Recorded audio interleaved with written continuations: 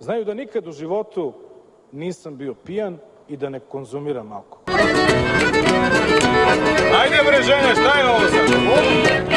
Gde su ovde žene, šta je ovo?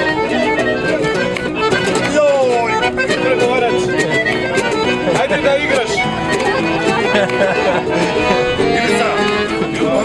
Nema, pritiska za granice, još nam sijaj, moja zvezdo danice.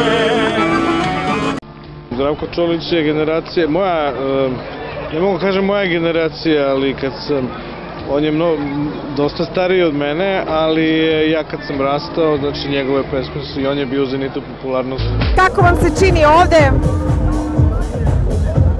Pa isto tako je velika gužva i dobra zabava.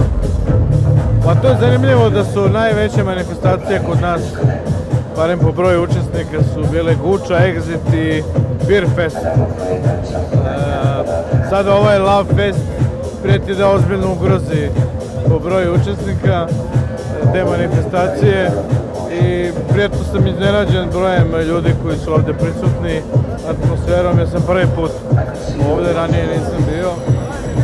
Ako bih mogao da poredim Guču i ovo ovde, različit je oblik ispoljavanja energije, ali suština je ista.